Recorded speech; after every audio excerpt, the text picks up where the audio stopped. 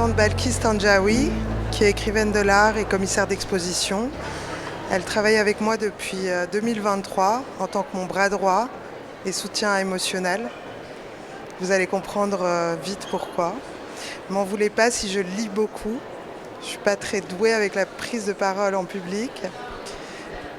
Voilà, je vous laisse. Et aujourd'hui, on va parler du musée transitoire, donc je vous présente Romina Chama.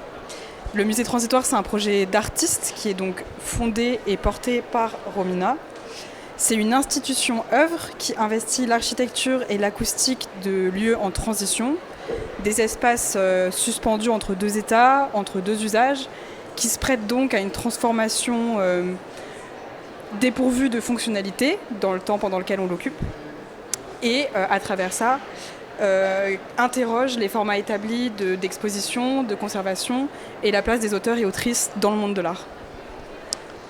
Pour moi, c'est un projet de recherche avant tout. Il y a un sujet, 1 ou 2 ans de travail, une recherche de lieu qui convient, un cadre et des collaborations avec des artistes, des auteurs qui abordent les questions que je me pose, mais de manière différente. Ça commence en général par des références littéraires ou historiques, puis je m'intéresse aux prises de parole de mes contemporains en lien avec ces thèmes. Une prise de parole multiple dans laquelle on peut interroger ce qui nous traverse en ce moment.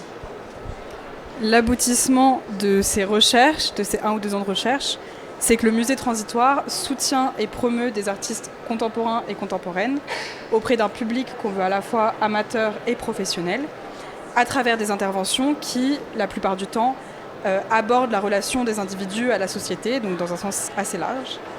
Et la dimension transitoire du projet, dont on a déjà un peu parlé, questionne un rapport au productivisme, au statut des objets et à l'importance qu'on leur accorde. Oui, là aussi, on répond à un temps, à des murs, à une histoire, à des matériaux qui nous entourent. C'est une conversation ouverte, mais sous contrainte. Très concrètement, aujourd'hui, ça se traduit par 4 éditions, une équipe pérenne de 3 personnes et des renforts en ressources humaines sur chaque édition.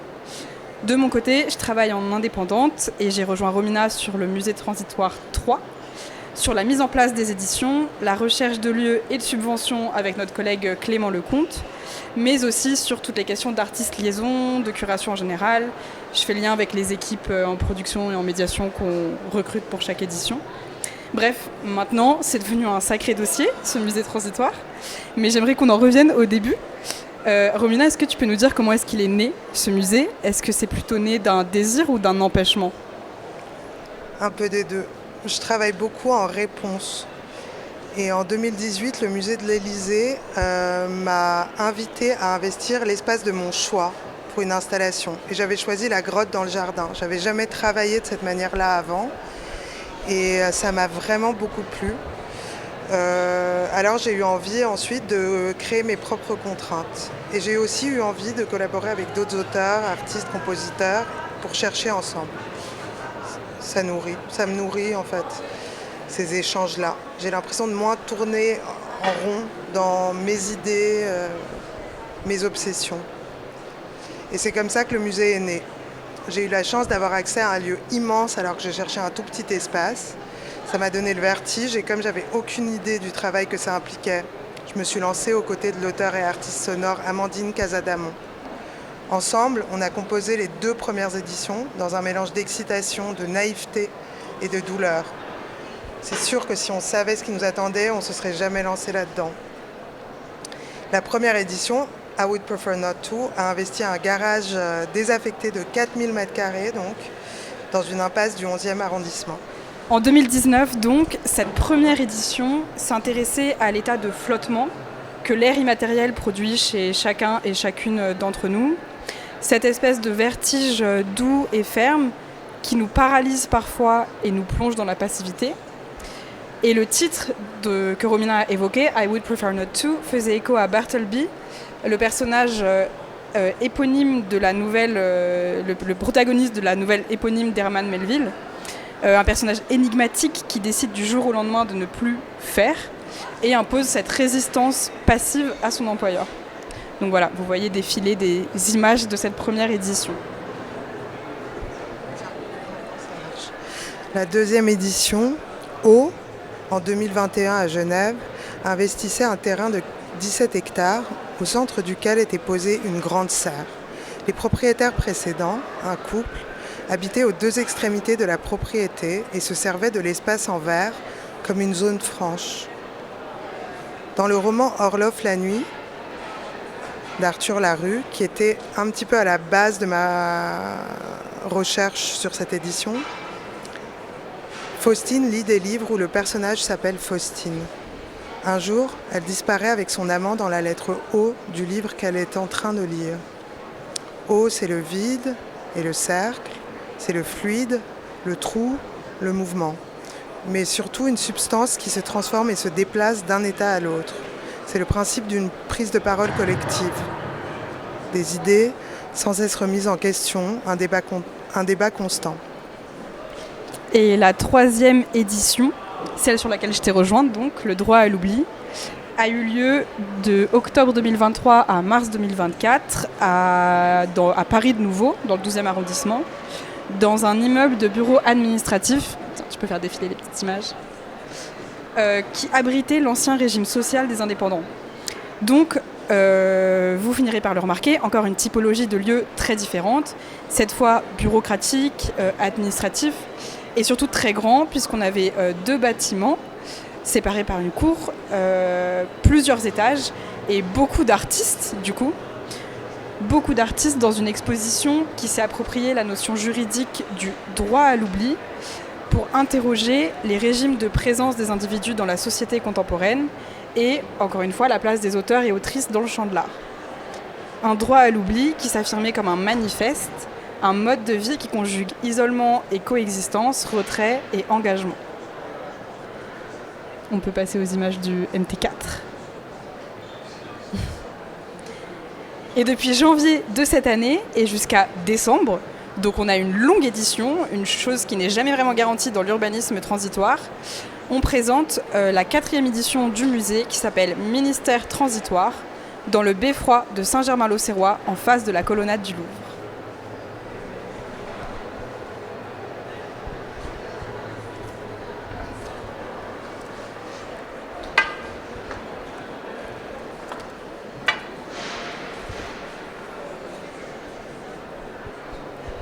Quand tout le monde vous ment en permanence, le résultat n'est pas que vous croyez ces mensonges, mais que plus personne ne croit plus rien. Loana Duchemin. Un peuple qui ne peut plus rien croire ne peut se faire une opinion. Il est privé non seulement de sa capacité d'agir, mais aussi de sa capacité de penser et de juger. Hannah Arendt.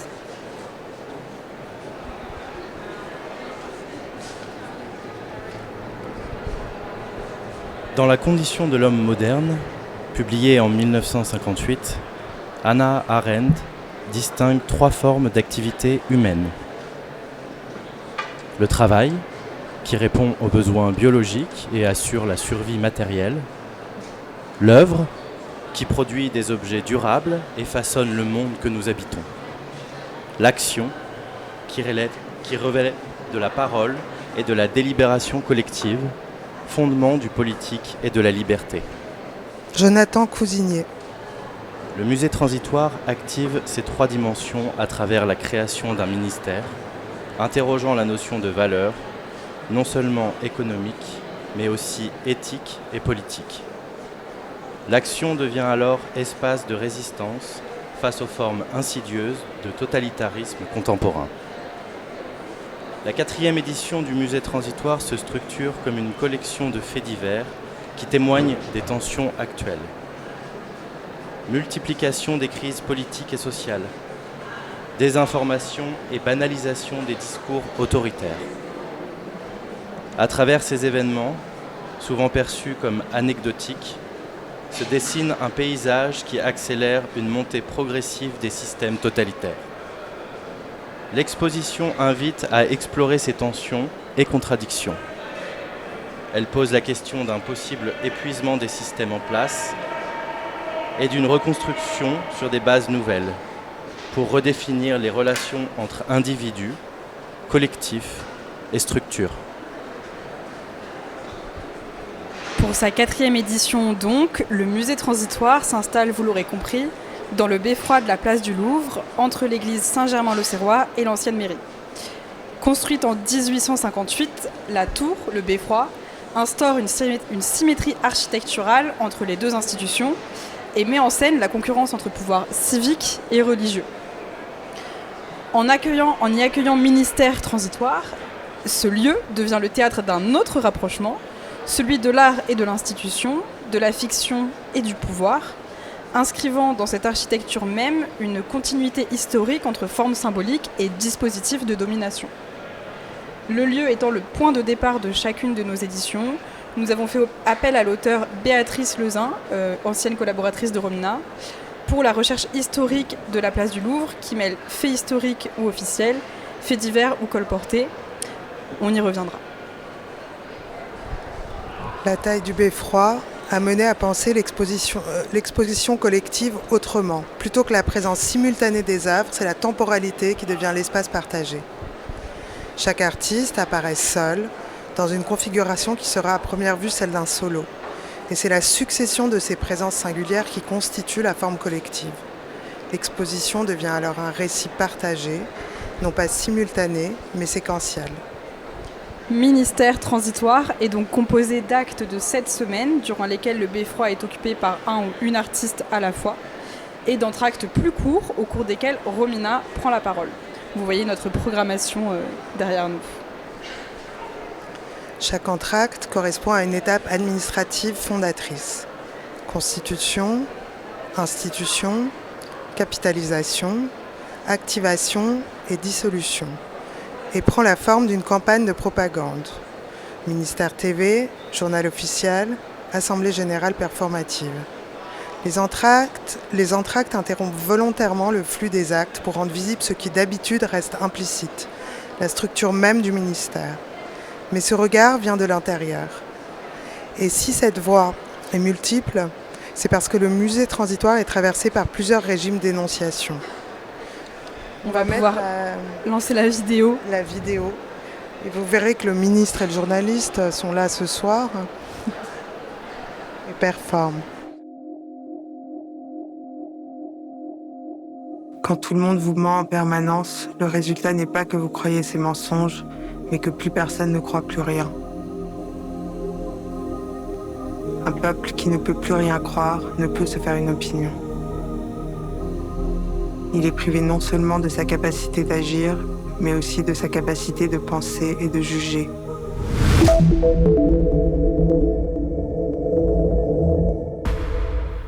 On a vu ces dernières années un glissement progressif du statut de l'artiste vers celui de l'instituant. Non plus seulement celui qui produit une forme, mais celui qui construit les conditions de son apparition, de sa circulation, voire de sa valeur.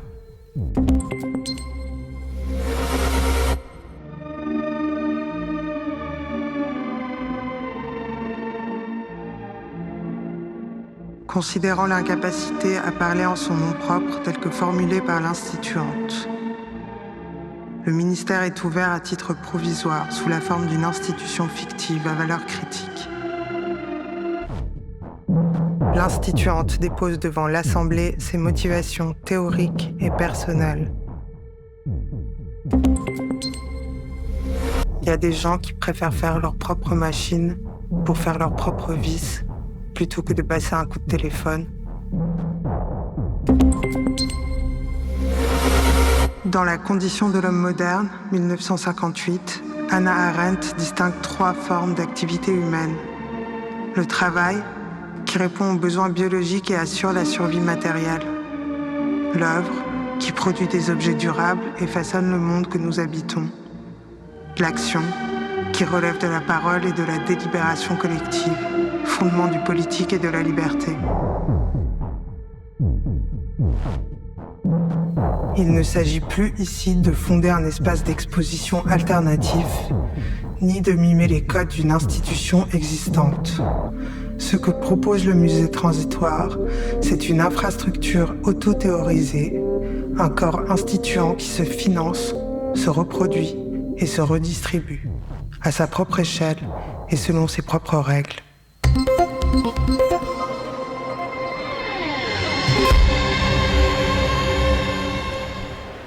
On peut remettre les images, merci beaucoup. Parfait. Et donc, vous venez de voir la première production Ministère TV, celle relative au premier entracte, Constitution. En ce moment même, en montage, on a la deuxième production de Ministère TV, Institution, qui sera diffusée, donc vous le voyez, en mai, au Beffroi, et qui revient sur l'occupation du Beffroi et l'histoire de la place du Louvre. Donc, j'ai dit qu'on le découvrirait en mai, mais est-ce que tu peux déjà nous en parler ou est-ce que c'est trop tôt pour être curieuse ? Oui, parce que si les entractes font partie intégrante de la dramaturgie du ministère transitoire, ils s'inscrivent aussi dans une recherche plus globale sur la capacité du musée à tendre vers une forme d'autarcie. Comment tendre vers une forme d'autarcie quand on est un projet de musée sans mur, sans collection, ouvert gratuitement et dans un format aussi fluctuant ? Le musée est avant tout un système hybride qui questionne le statut de l'artiste dans le marché de l'art. Sa capacité ou non à prendre la parole, comme moi, à s'instituer, à prendre le pouvoir.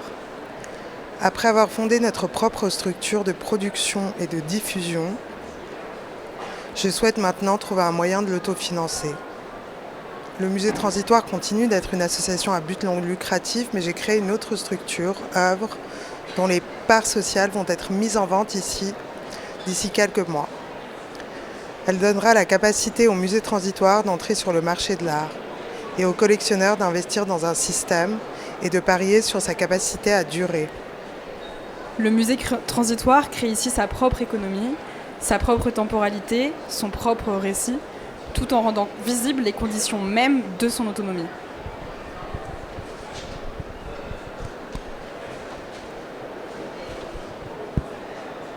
La création de titres aux porteurs, objet juridique dérivé mais symboliquement actif, permet une autofinance partielle du projet et agit comme métaphore du marché sans en adopter les logiques spéculatives classiques. Ce qui se joue ici, ce n'est pas une opposition simple entre dedans et dehors du marché de l'art, mais la tentative d'y inscrire une zone d'exception opératoire, une enclave temporaire d'autonomie partielle dont les règles sont transparentes, instables, mais tenues. Chaque édition du musée devient l'occasion d'un réinvestissement du contrat, non pas au sens commercial, mais comme contrat social. Produire, montrer, diffuser des œuvres devient indissociable de la possibilité de rémunérer les artistes, non comme une faveur, mais comme une évidence structurelle. Il y a dans cette attention à l'économie une lecture fine de la manière dont le symbolique et le monétaire s'articulent dans l'art contemporain, et de la manière dont cette articulation peut être rejouée. En cela, le musée transitoire s'inscrit dans une constellation plus large de pratiques qui pensent l'art comme une forme d'organisation du travail, du temps, de la visibilité, du commun. Plus qu'une œuvre, c'est un modèle expérimental, un instrument critique qui interroge ce que serait un musée non pas perpétuel, mais situationnel, non pas monumental, mais contextuel, non pas propriétaire, mais en circulation. Depuis la première édition, en 2019, tu explores les formes que peuvent prendre les institutions artistiques lorsqu'elles sont pensées comme étant des œuvres. À chaque itération, un lieu en transition, une économie, un engagement structurel et une fiction. Cette 4e édition, Ministère transitoire, semble rejouer plus frontalement la question du pouvoir. Pourquoi ce titre ? Le ministère ici, c'est une fiction de pouvoir. En investissant le Beffroi, bâtiment partagé entre une église et une mairie, en face du Louvre, on entre dans une architecture du commandement. Depuis quelques années, certaines pratiques artistiques quittent la critique institutionnelle pour proposer autre chose, plus une co-construction qu'une dénonciation. La chercheuse Ingrid Lukegad, qu'on a invitée à écrire des textes sur chacun des entractes, appelle ça des stratégies d'autonomie, avec la construction active d'une structure. Il me semble que le musée transitoire incarne pleinement ça. Oui, c'est une forme de politisation du quotidien. Et finalement, cette forme, c'est celle d'une structure différente dans le marché, peut-être peut-être inscrite dans une tradition de musée d'artistes ou de format hybride. Je pense à Ready Made Belong to Everyone de Philippe Thomas. Dans le ministère, comment est-ce que cette fiction elle prend forme au-delà du simple titre ou de la mise en scène du lieu dont on a déjà parlé? Elle prend forme par une mise en place physique, juridique et conceptuelle du ministère, par l'accumulation de récits, de gestes, de présence, ici et maintenant. Mais tu as raison, il y a aussi cette réflexion sur la distance entre l'œuvre et l'auteur. Ce qui me plaît, moi, dans l'œuvre de Philippe Thomas, c'est l'ironie de la question de l'autorialité. Faire des collectionneurs les signataires de ses œuvres, c'est tellement génial comme geste, parce que sous couvert d'effacement, l'artiste prend le pouvoir et devient omniprésent en mariant toutes les personnes signataires de ses œuvres, à jamais. Et j'ai le sentiment qu'on assiste à une montée en complexité de cette question d'édition en édition. Et avec ministère transitoire, justement, le droit ne soutient plus seulement la structure, il devient matière. Oui, le droit n'est plus un cadre passif, il est plastique et modulable. Avec le branding du ministère et ses vidéos de propagande, c'est un des outils de mes entr'actes. L'enjeu est de déplacer l'objet de la spéculation elle-même. Je propose d'investir dans une voix et sa capacité à durer plutôt que dans une œuvre. Une fois que ces titres seront mis en circulation, quelque chose nous échappera volontairement. On n'aura plus qu'à observer leur trajectoire, leurs fluctuations, les formes de croyance, de défiance qu'ils suscitent. C'est d'ailleurs un sujet que j'ai abordé avec l'avocate et commissaire d'exposition Claire Astier. C'est elle qui m'a parlé du lien, justement, qu'il peut y avoir entre l'art et la finance. Ce sont les deux domaines les plus spéculatifs qui existent. Oui, et une autrice avec qui on a aussi collaboré, puisqu'elle a écrit le texte relatif à l'œuvre de Megan Brower, que vous avez dans les petits livrets à côté de vous. Bon, en bref, c'est un projet tentaculaire, mais extrêmement réfléchi et d'une extrême précision. Là-dedans, toi, tu te définirais comme artiste, curatrice, chercheuse. Moi, pour travailler de façon rapprochée avec toi, j'ai l'impression que tu es tout ça à la fois et en même temps, vraiment en dehors de ces cases. Oui, je pratique tout ça à la fois comme beaucoup d'artistes d'ailleurs. Dans le ministère, j'utilise le terme d'instituante parce qu'il n'a pas de genre, pas de statut fixe. Il désigne quelqu'un qui propose une forme, mais aussi les conditions pour qu'elle advienne. C'est un peu comme un embrayage, et la fiction avec les autres me nourrit.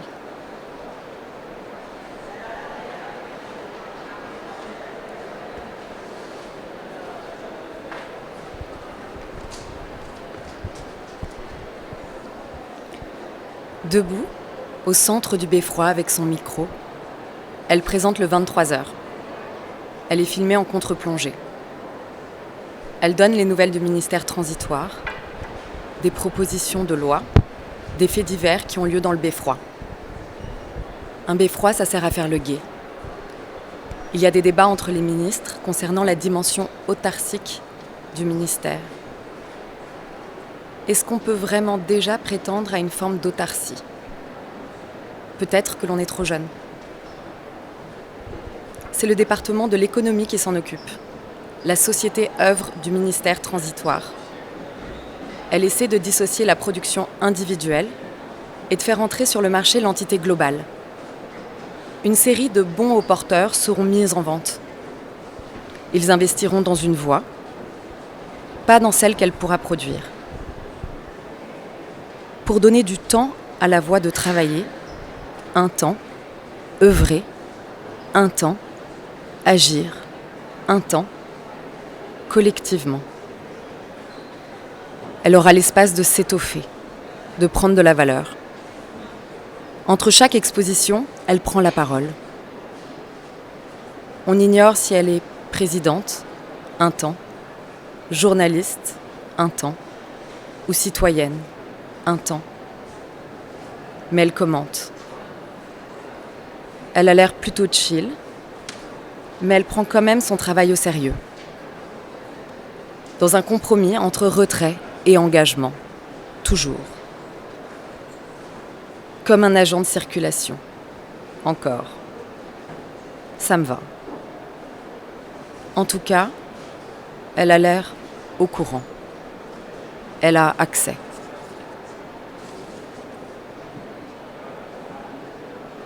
On est bien obligé de dire ce qu'on veut faire si on veut payer les gens pour travailler un temps, œuvrer un temps, agir un temps, collectivement et un temps, dans un système qui tend vers l'autarcie.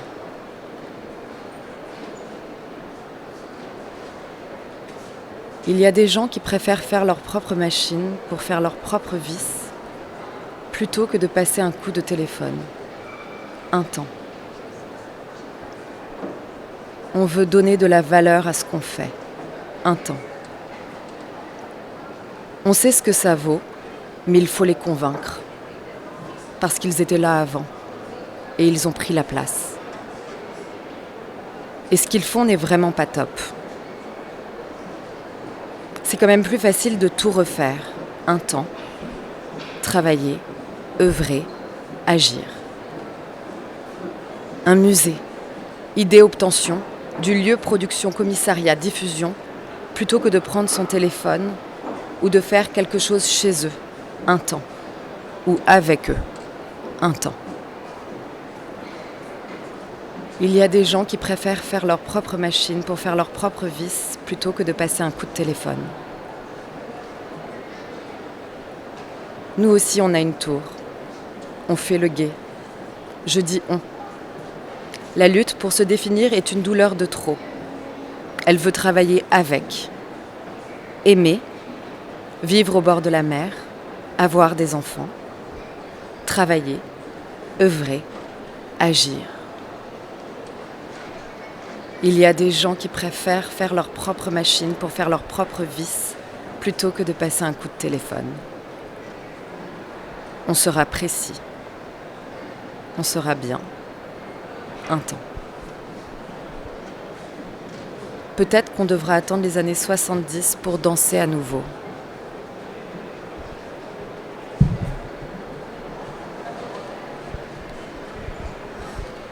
Je trouve ça assez cool de revenir sur cette occupation du beffroi par le musée transitoire, cette question de s'y sentir chez soi, quand on sait à quel point on a galéré à obtenir, nous, de s'y installer.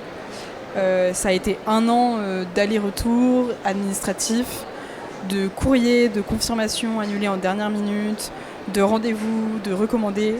On a tout un cheminement administratif qui revient date par date sur tous nos échanges pour finir par pouvoir occuper ce beffroi.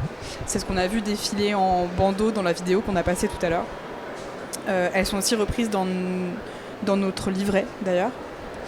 Et finalement, cet accès, tu le joues littéralement dans les vidéos de campagne qu'on a vues Ministère TV, enfin dont on a vu la première.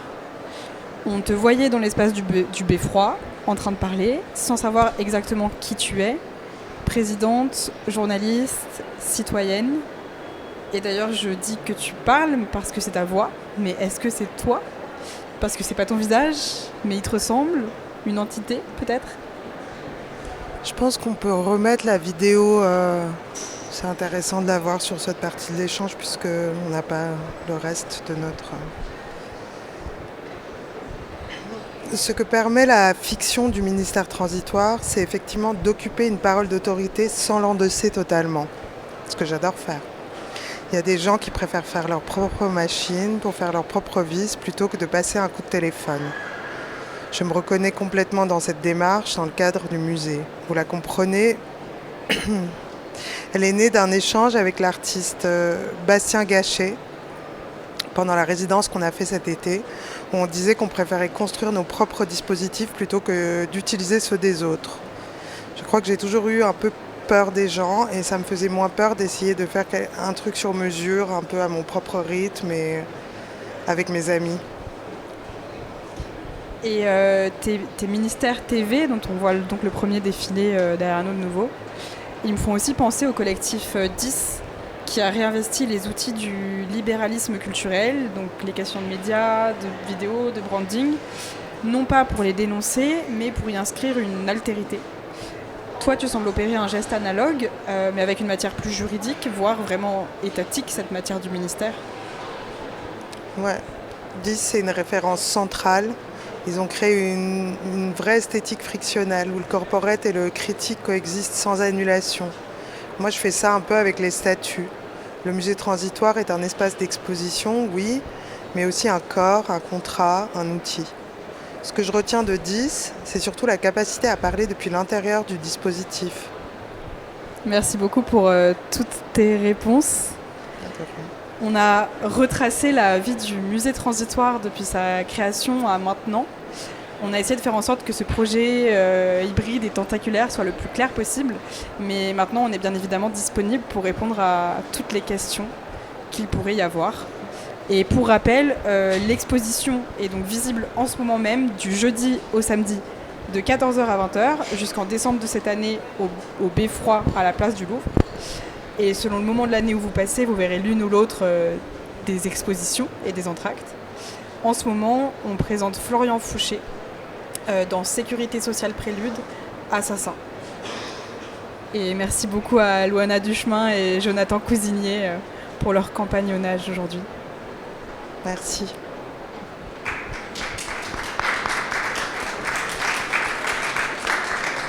Merci Balkis. Merci à toi. N'hésitez pas s'il y a des questions, hein, évidemment. Oui. Ouais.